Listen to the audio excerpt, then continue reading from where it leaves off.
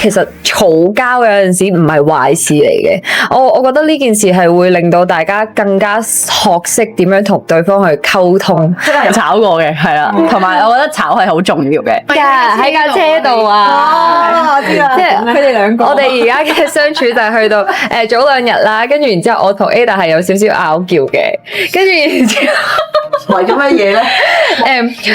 為咗啲無聊嘢啦，跟住就係總之係唔係爭嘢㗎，我哋唔係爭嘢嘅，啲平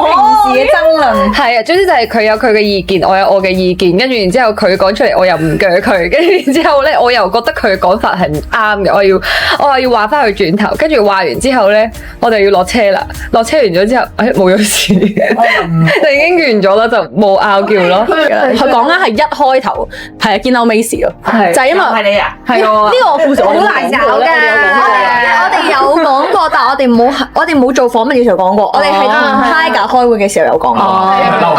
知嬲佢咩啫？嗰陣時我哋可能去韓國拍緊，唔係韓國做咩？韓國 training 緊，然之後我哋就要揀呢隻舞，咁就係喺揀舞上面就有啲衝突咯。因為我同佢嘅諗法係好唔同嘅。揀舞嘅時候咧，我可能就係偏向想揀型啲、難跳啲嗰隻，但係可能嗰陣時 Macy 咧就會諗不如揀隻即係冇穩陣啲嘅。但我哋而家因為我哋講知去韓國唔係一個好長嘅時間，即係 prep 呢一隻舞prep 呢一隻舞唔係 prep 咗好耐，或者有好多時間俾我哋做得好好，咁所以佢就會想穩陣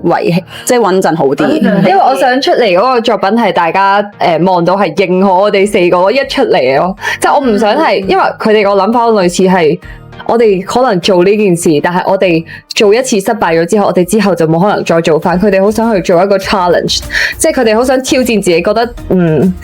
就唔係覺得啦，即